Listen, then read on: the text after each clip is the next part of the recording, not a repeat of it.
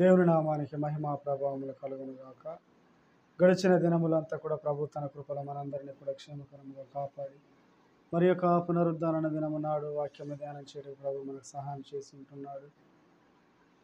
ఈ యొక్క జనవరి మాసము చివరి ఆదివారము నాడు 26వ తారీఖు గణతంత్ర దినోత్సవం నాడు ధ్యానం చేయటకు గాను దేవుడు మనకిచ్చినటువంటి అంశము ప్రేమలో ఐక్యత అనేటువంటి అంశం మనకు అందించారు. మనము ప్రార్థన పూర్వకంగా వాక్యముల ముందు కొనసాగుదాము. ప్రేమ నమ్మకం గల తండ్రి, మీ ఘనమైన నామాన్ని బట్టి వందనాలు. మీ మాటలు మేము ధ్యానిస్తుండగా మీరే కృప చూపి మీ యొక్క ఆత్మ నడిపింపు సహాయం దయచేయమని యేసు నామమున ప్రార్థిస్తున్నాం తండ్రి, ఆమేన్. మంచిది. దేవుని యందు ప్రియమైనటువంటి దేవుని యొక్క బిడ్డలారా, ఈ యొక్క ఆదివారంకు గాను మనము ధ్యానం చేయనున్నటువంటి థీమ్ యునైటెడ్ ఇన్ లవ్, ప్రేమలో ఐక్యత అనేటువంటి అంశము మనకు దక్షిణ సంఘం వారు అందించారు. దానికి గాను మనము చదవబడినటువంటి వాక్య భావం నుంచి మనము ధ్యానించుదాము. ఈ యొక్క ప్రేమలో ఐక్యత అనేది చాలా ప్రాముఖ్యము. ప్రేమ అనేది ఉండడం మట్టుకే కాదు, కానీ ఐక్యత అనేది లేకుండా జీవించేటువంటి దినాలలో ఉన్నటువంటి దినాలుగా మనం చూస్తూ ఉంటున్నాం. ప్రేమ ఉండడం కానీ ఐక్యత అనేది లోపించి వారికి నచ్చిన విధముగా జీవించడము ఏంటంటే ప్రేమిస్తూ ఉన్నాము అని చెప్పడం వరకు మనము చూస్తూ ఉంటున్నాం. అంటే ఐక్యత అనేది చాలా మందిలో లేదు. ఆ మాటలు మనము చూద్దాము. ఈ యొక్క ద్వితీయోపదేశ కాండము 4వ అధ్యాయము మనము 10 నుంచి కూడా 1 నుంచి 10 వరకు మనము చదువుకొని ఉంటున్నాము. దేవుడు ఇశ్రాయేలులకు మోషే ద్వారా అనేక విషయములను తెలియపరచడము, వారికి విధులను కట్టడాలను బోధించడము దేవుడు వారికి తెలియపరుస్తూ ఉంటున్నాడు. ఇంకా చూస్తే మీకు ఇచ్చిన దేశములోనికి పోయి మీరు వెళ్ళిన తర్వాత స్వాధీనపరచుకున్నట్లు మీరు అనుసరింపవలసిన విధులను కట్టడలను నేను మీకు బోధించున్నాను. మీ దేవుడైన యెహోవా ఇచ్చిన ఆజ్ఞలను మీకు ఆజ్ఞాపించున్నాను. దేవుడు ఏదైతే నాకు చెప్పాడో దానిని మీకు నేను ఆజ్ఞాపిస్తూ ఉన్నాను, తెలియపరుస్తూ ఉంటున్నాను. వాటిని గైకొనుటయందు నేను మీకు ఆజ్ఞాపించిన మీరు వాటిని గైకొనుటయందు చేయుటయందును నేను మీకు ఏదైతే ఆజ్ఞాపిస్తున్నానో ఆ మాటలో నుంచి దేనిని కలపకూడదు, దానిలో నుండి దేనిని కూడా మీరు తీసివేయకూడదు. మీకు నచ్చిన విధముగా మీరు నడుస్తూ జీవించకూడదు, అలా ఉండకూడదు అని చెప్పి దేవుడు మోషే ద్వారా యొక్క ఇశ్రాయేలు ప్రజలకు తెలియచేయడం మనము చూస్తూ ఉన్నాము. అలా చేసి అలా నడుచుకునేటటువంటి ఇక 3వ వచనంలో చూస్తే బయలుపేరు విషయంలో యెహోవా చేసిన దానిని మీరు కన్నులారా చూచితిరి కదా. బయలుపేరు వెంట వెళ్ళిన ప్రతి మనుషుని నీ దేవుడైన యెహోవా నీ మధ్యన ఉండకుండానట్లు నాశనము చేసెను. 24,000 మందిని కూడా నాశనము చేసెను. రోగము చేత, వారికి తెగులు చేత వారిని నాశనము చేసినటువంటి విధానము మనము సంఖ్యాకాండం 25వ అధ్యాయంలో మనము చూడవచ్చు. 1 నుంచి 9 వచనాలలో. అంటే ఈ యొక్క మాటలు చూస్తే మీరు దేవుని యొక్క ఆజ్ఞలను కట్టడలను మీరు అనుసరించాలి. అనుసరించకుండా ఆయన చెప్పిన మాటల నుంచి మీరు కొన్ని తీసివేసి మీకు నచ్చినవి మీరు కొన్ని కలుపుకొని జీవించడము, తీసివేయకూడదు, కలపకూడదు అని చెప్పి మోషే ద్వారా దేవుడు చెప్తున్నాడు. అలా చేసిన వారి పరిస్థితి ఏం జరిగింది, బయలుపేరుతో ఉన్నటువంటి వారి పరిస్థితి ఏం జరిగింది, ఏమైందని చెప్పి మీరు చూసి ఉన్నారు కదా అని చెప్పి దేవుడు వీరికి జ్ఞాపకం చేస్తున్నాడు. సంఖ్యాకాండం 25వ అధ్యాయంలో 1 నుంచి 9 వచనాలలో కూడా మనము ఈ యొక్క మాటలు మనము చూడవచ్చు. ఆ 9వ వచనంలో చూస్తే 24,000 మంది తెగులు చేత చనిపోయిరి అని చెప్పి మనం చూస్తూ ఉన్నాం. అంటే ఆ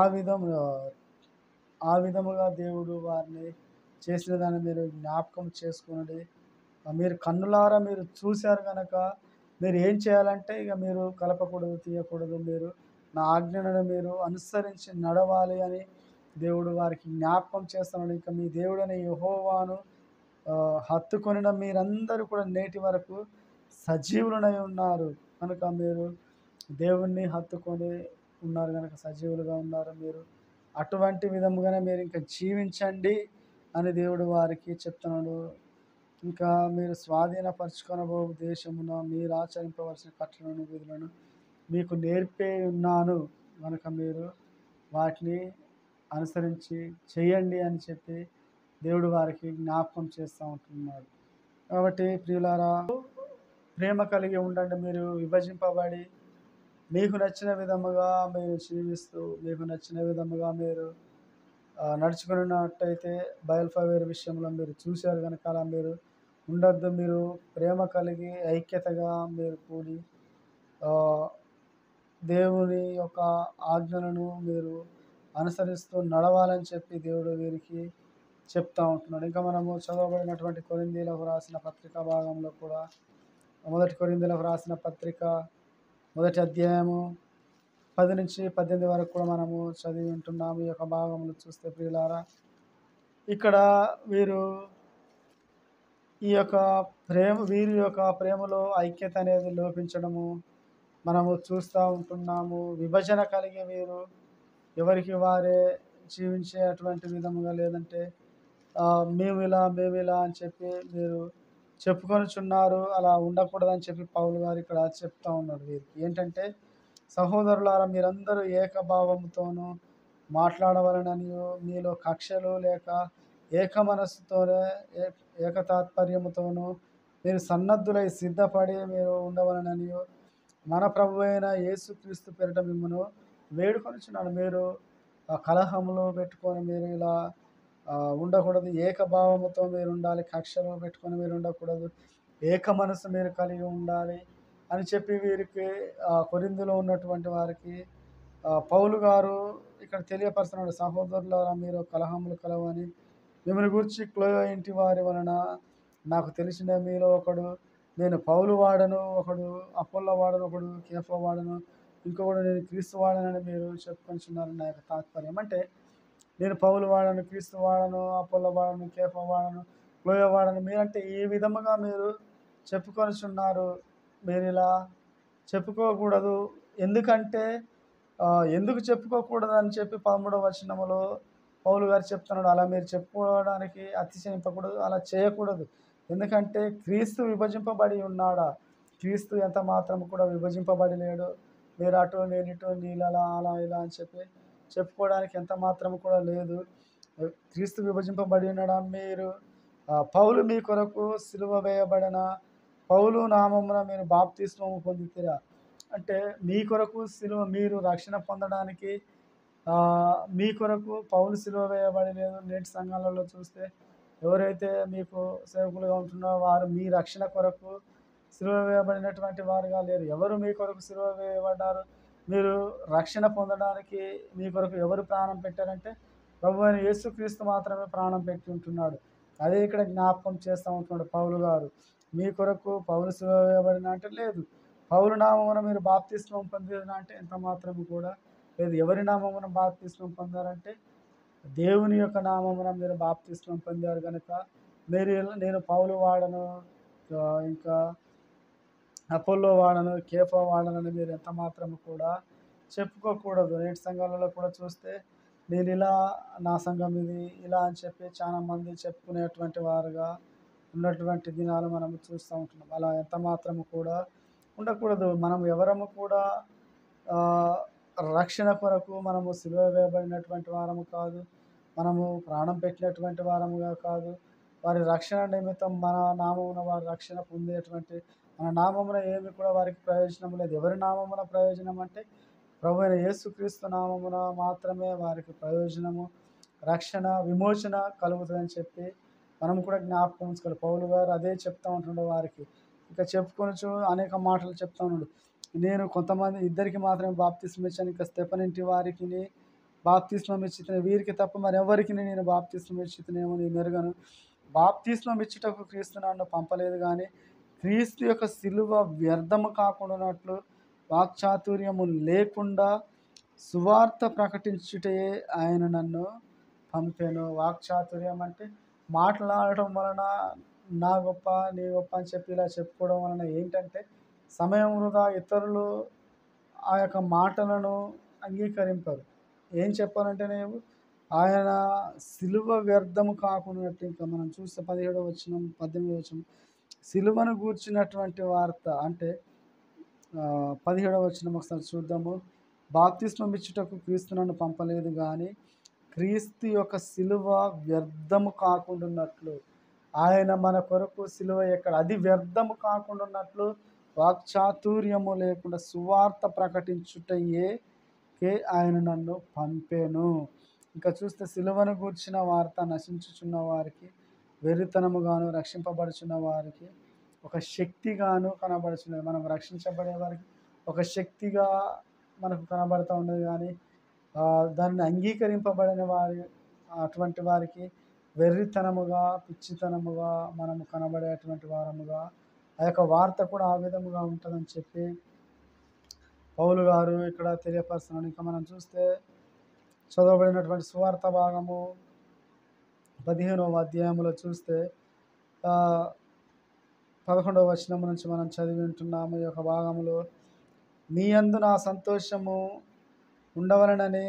ఉండవలననియో, మీ సంతోషము పరిపూర్ణము కావాలననియో ఈ సంగతులను మీతో చెప్పుచున్నాను అని చెప్పి దేవుడు ఇక్కడ వీరికి యోహాను రాసినటువంటి యొక్క పత్రికా భాగంలో చెప్పడం మనం చూస్తూ ఉంటున్నాము. నేను మిమ్మల్ని ప్రేమించిన ప్రకారం మీరు ఒకరినొకడు ప్రేమింపవలననేదే నా యొక్క ఆజ్ఞ. ఏంటంటే నేను ఏ విధముగా అయితే ప్రేమించానో మీరు అదే విధముగా ప్రేమించాలి అని దేవుడు వీరికి తెలియపరిచినటువంటి మాటలు మనము చూస్తాం. దేవుడు ఎంత మాత్రము కూడా ఒకరిని తృణీకరించి ఒకరిని ప్రేమించేవాడు కాదు, అందరినీ కూడా ప్రేమిస్తున్నాడు. ఆయన ప్రేమ ఏంటంటే అందరినీ ఐక్యపరచడమే ఆయన యొక్క ప్రేమ అని కూడా మనము చూస్తూ ఉంటున్నాము. మీరు ఒకరినొకరు ప్రేమించవాలని అని చెప్పుకుంటూ మనం చూస్తే తన స్నేహితుని కొరకు తన ప్రాణం పెట్టువానికంటే ఎక్కువ ప్రేమ గలవాడు ఎవ్వడునూ కూడా లేడు. దేవుడు మన కొరకు ప్రాణం పెట్టి ఆయన మనకు స్నేహితుడిగా ఉంటున్నాడు. ఇంకా చూస్తే నేను మీకు ఆజ్ఞాపించిన వాటిని చేసిన యెడల మీరు నా స్నేహితులై ఉందురు. దాసుడు తన యజమానుడు చేయు దానిని ఎరుగడు గనుక నేను మిమ్మల్ని దాసులని పిలవక స్నేహితులని పిలుచుచున్నాను. నా తండ్రి వలన సంగతులను నేను మీకు బోధిస్తా ఉన్నాను, చెప్తాను. మీరు దాసులుగా ఎంత మాత్రము కూడా ఉండకూడదు. దాసునికి ఇప్పుడు మనం చూస్తే ఒక యజమాని ఉన్నాడు, అతని కింద దాసు ఉన్నాడు. ఆ యజమాని చేసే దాసునికి ఎంత మాత్రం కూడా తెలియదు.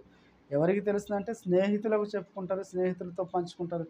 ఆ విధముగానే నేను మిమ్మల్ని స్నేహితులనుగా చూస్తూ ఉన్నాను. మీరు ఎంత మాత్రం కూడా దాసులు కారు అని చెప్పి దేవుడు వీరితో ఈ యొక్క మాటలు చెప్తూ ఉంటున్నాడు. అంటే ప్రేమ కలిగి ప్రేమలో ఐక్యత చూపించే విధముగా మనం ఉండాలి. మనం ఒకరినొకరం ప్రేమించే విధముగా ఉండాలని చెప్పి దేవుడు జ్ఞాపకం చేస్తూ ఉన్నాడు. ఒక సార్వత్రిక సంఘముగా మనమంతా కూడా ఏకముగా ఉండే అటువంటి వారముగా ఉండాలి. విభజన కలిగి జీవించే వారముగా ఉండకూడదని చెప్పి ప్రభు జ్ఞాపకం చేస్తున్నాడు. ఇక ప్రేమలో మనం ఐక్యత ఇతరులకు చూపిస్తూ ఆయన ప్రేమను మనం వెల్లడిపరుస్తూ జీవించేటువంటి వారముగా ఉండాలి. అటువంటి కృప పరిశుద్ధాత్మ దేవుడు మనందరికీ దయచేయును గాక. ఆమేన్.